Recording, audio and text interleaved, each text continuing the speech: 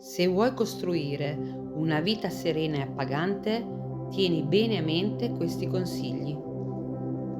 Non restare dove non sei valorizzato. Non cercare spazi dove non sei il benvenuto. Evita di spiegarti a chi non vuole ascoltare e di convincere chi si infastidisce davanti alla verità.